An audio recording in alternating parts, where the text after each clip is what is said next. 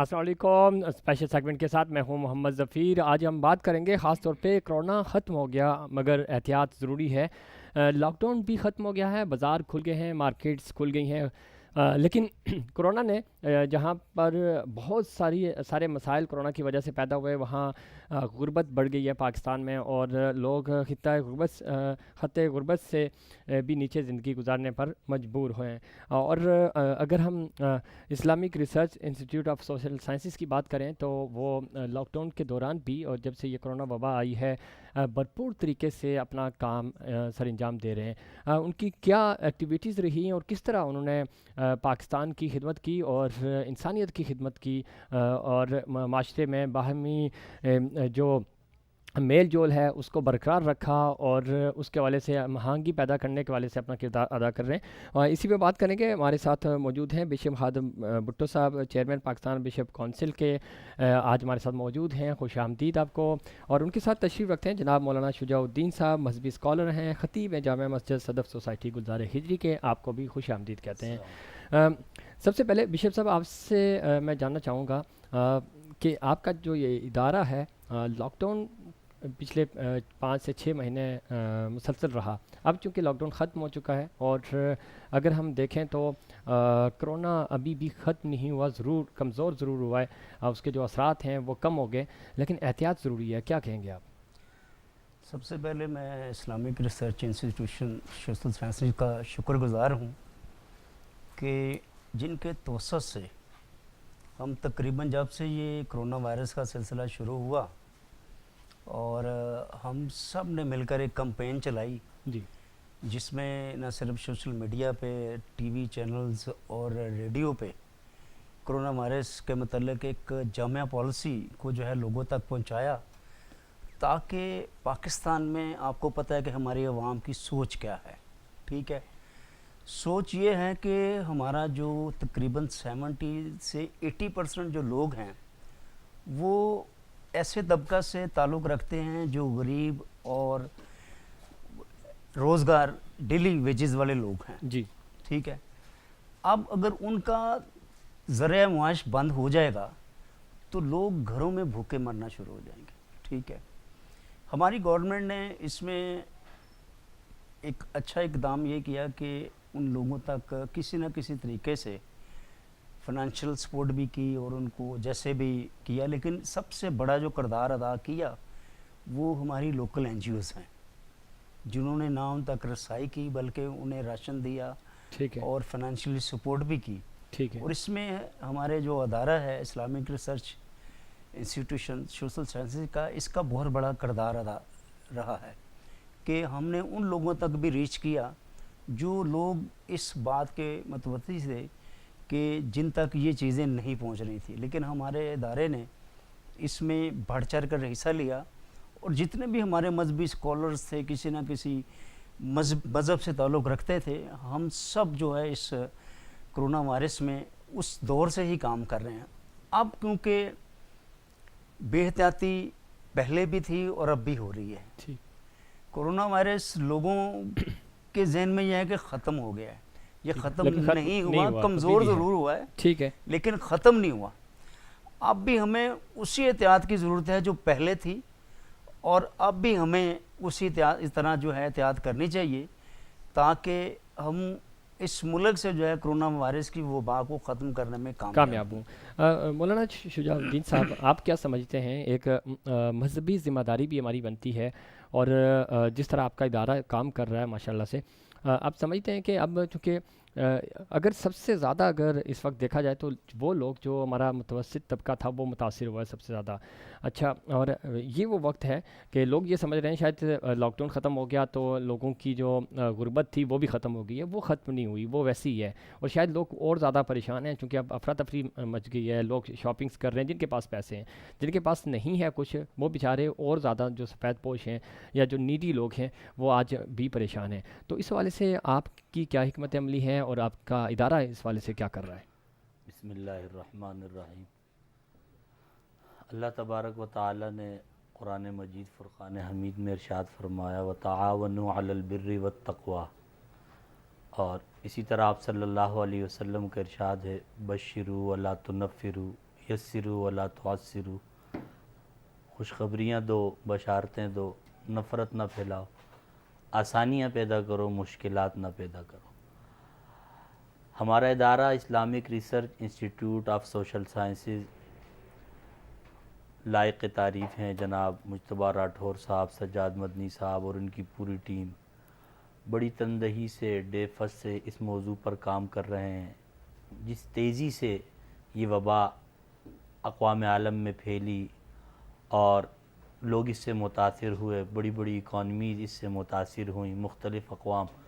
ہر قوم نے اپنی سطح پر اس کا مقابلہ کیا، ایس او پی جاری کی۔ وہیں حکومت پاکستان نے، حکومتی اداروں نے بڑا پازیٹیو رول پلے کیا، ایس او پیز جاری کی۔ ان کے ساتھ ساتھ رفاہی اداروں نے، انفرادی سطح پر، اجتماعی سطح پر قوم نے یکجان ہو کر اتفاق اور اتحاد کا مظاہرہ کیا، اور آج الحمدللہ پاکستان اس صف میں کھڑا ہے کہ جو بڑی تیزی سے کرونا وبا سے ہونے والے نقصانات سے ہم الحمدللہ باہر آ چکے ہیں۔ یہ ایک حقیقت ہے کہ کرونا کی وبا کے خطرات کم ضرور ہوئے لیکن ابھی 100% ختم نہیں ہوئے۔ آپ چونکہ 5 وقت نمائندگی کرتے ہیں، بینگ اے مسلم بھی، اور پھر اتنی ہماری جو لوگ ہیں نمازی ہیں وہ آتے ہیں، تو آپ کا جو منصب ہے وہ بڑا امپورٹنٹ ہے۔ کس طرح کتنا کلیدی کردار ادا کر سکتے ہیں آپ اور کر رہے ہیں کہ لوگوں تک یہ اویئرنیس ہونی چاہیے کہ آپ صرف اس احتیاط کو لے کر کرونا کے حوالے سے نماز بالکل پڑھ رہے ہیں، تھوڑا سا فاصلہ رکھیں، سوشل ایکٹیویٹیز جو آپ کر رہے ہیں گھروں میں، اگر کوئی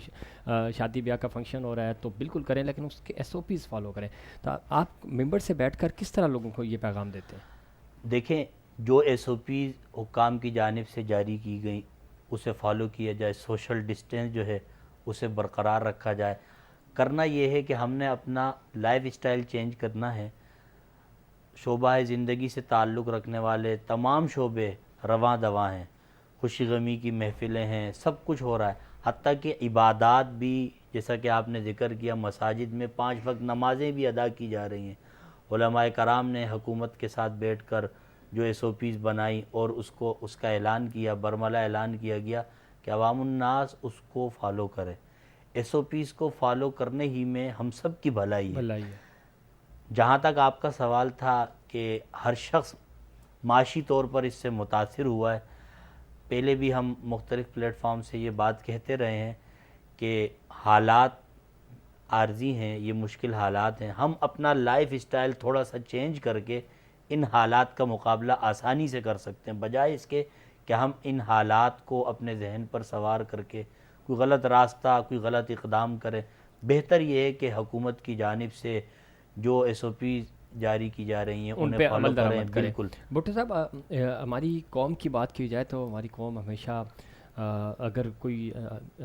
ملک میں آفت آتی ہے تو اکٹھے ہو جاتے ہیں، سیلاب آتا ہے تو اکٹھے ہو جاتے ہیں، اور خاص طور پہ ابھی جو کرونا آیا تو اس کے والے سے بھی بڑا ایک لوگوں میں جذبہ تھا مدد کرنے کا۔ یہ جذبہ ہمارا ایک کنڈیشنل رہتا ہے کہ ایک صورتحال ہے ہنگامی، تو اس وقت تک تو ہم بالکل ایک قوم بن کے لڑتے ہیں اس کے خلاف، لیکن جیسے ہی حالات تھوڑے سے نارمل ہوتے ہیں تو ہم بھول جاتے ہیں ان لوگوں کو جن کی مدد کرنی چاہیے ہمیں پورے سال۔ ہم بھول جاتے ہیں ان لوگوں کو جو سفید پوش ہیں، جو بڑے نیڈی ہیں، لیکن یہ پریکٹس ہمیں مطلب پورا سال کرنی چاہیے۔ ہم صرف ان کو ان مخصوص ڈیز تک محدود کرتے ہیں، تو اس کو مزید فروغ دینے کی ضرورت ہے۔ تو اس حوالے سے آپ کی کیا حکمت عملی ہے یا کیا پلاننگ ہے؟ دیکھیں، میں تو اس بات کو اس طرح سے لیتا ہوں کہ اگر ہم 4 دن اپنا فرض پورا کر سکتے ہیں، ایک ہفتہ کر سکتے ہیں، 1 مہینہ کر سکتے ہیں، جی، تو تو سال کیوں میرے خیال میں جی جی جن لوگوں کو خدا تعالیٰ نے وسائل دیے ہیں، جی ان کے پاس کمی نہیں ہے، تو وہ اس پریکٹس کو پورا سال بھی کر سکتے ہیں، ٹھیک ہے، اور کئی لوگ کر بھی رہے ہیں، کر بھی ٹھیک ہے۔ لیکن مسئلہ یہ ہے کہ اس کرونا وائرس میں جہاں ہمیں بہتری نظر آئی وہاں کوئی تلخ تجربات بھی ہوئے، ٹھیک ہے۔ اس کی وجہ کیا تھی کہ شاید میری بات یہ کسی کو پسند نہ آئے، مسلکی طور پر بھی لوگوں کو جو ہے ڈیوائیڈ کرنے کی کوشش کی گئی، اور اس کا نقصان ہماری کمیونٹی کو بھی ہوا، ٹھیک ہے۔ کہ لوگ صرف برادری بیس پر آ گئے, صحیح, کمیونٹی بیس پر آ گئے, ٹھیک ہے, اور صرف انہی کو فیڈ بیک کر رہے تھے, ٹھیک ہے, ٹھیک ہے. اور کوئی لوگ مسلکی طور پہ یعنی کہ لوگوں کو فیڈ بیک کر رہے تھے. ہمیں تو ایک قوم نظر نہیں آئی, صحیح, لیکن ہم نے پھر بھی کچھ نہ کچھ کیا. لیکن اگر ہم ایک تو ہم کس قوم طرح- بن کر کس طرح ایک قوم بن سکتے بغیر ہیں؟ کسی رنگ و نسل کے, جی, بغیر کسی مذہب کے, ہم صرف انسانیت کے کاز کے لیے کام کرتے, تو میرے خیال میں آج ہمیں 365 کیا, ہم اس سے بھی زیادہ جو ہے وہ انسانیت کے لیے کام کرتے کام کرتے اور اپنے مذہب کی سب سے بہترین نمائندگی کرتے. ٹھیک ہے. جو آپ نے سوال اٹھایا کہ ہمیں لگا کہ کہیں مسلک یا کہیں برادری یا کمیونٹی بیسڈ چیزیں سامنے آئی, لیکن اس دوسری طرف ایک خوشائن بات بھی تو ہے کہ آپ ایک مولانا صاحب کے ساتھ بیٹھے ہوئے ہیں اور آپ ایک اس ایسے ادارے کے ساتھ جڑے ہوئے ہیں جہاں پہ آپ کو ہندو بھی ملیں گے, جہاں پہ آپ کو کرسچنس بھی ملیں گے, مسلمس بھی ملیں گے, اور مسلمس میں بھی جو مسالک ہیں وہ تمام ملیں گے. تو اٹس مین کہ سوسائٹی میں کچھ ایسے لوگ تو ہیں, کچھ ایسے ادارے تو ہیں جو چاہ رہے ہیں کہ پاکستان کے تمام جتنے بھی رنگ و نسل ہیں اس کو ایک جھنڈے, ایک پرچم کے سائے تلے لے کے آئیں اور ایک قوم پوری دنیا کو بتا سکیں کہ یہاں پہ جو بھی شخص آباد ہے وہ پاکستانی ہے.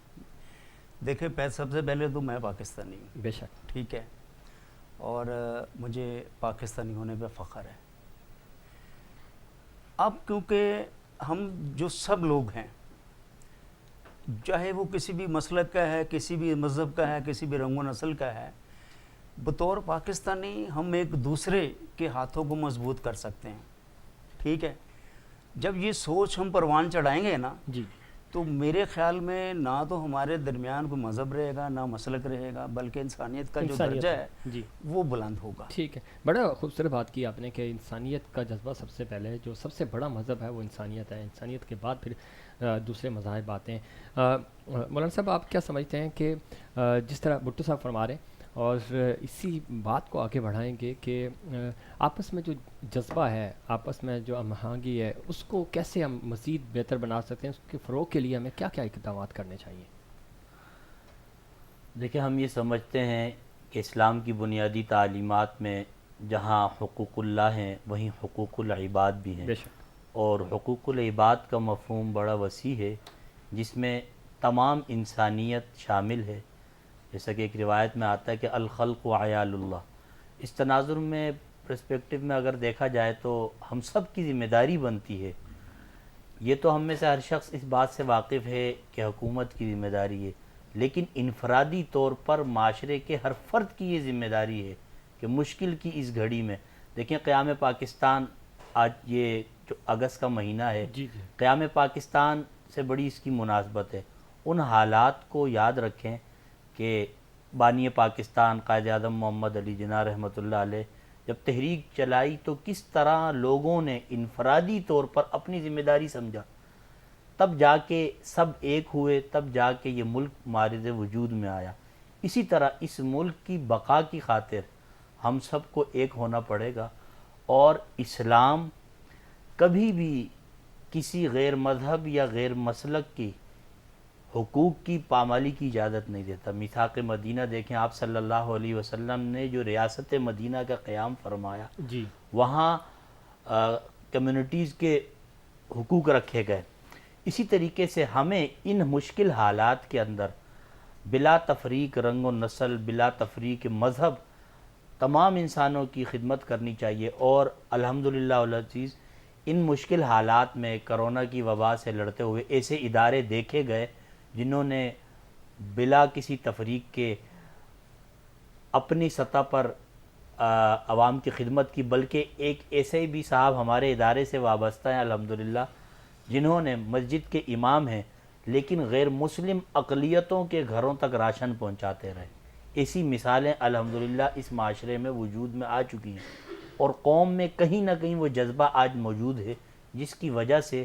یہ پاکستان ترقی کی جانب گامزن ہے. اور انشاءاللہ العزیز سماجی قائدین, مذہبی لیڈر اور علماء کرام اس میں مزید اپنا پوزیٹیو رول پلے کرتے رہیں گے. وقت کم ہے. بھٹو صاحب, آخری کمنٹ آپ سے لینا چاہوں گا کہ خاص طور پہ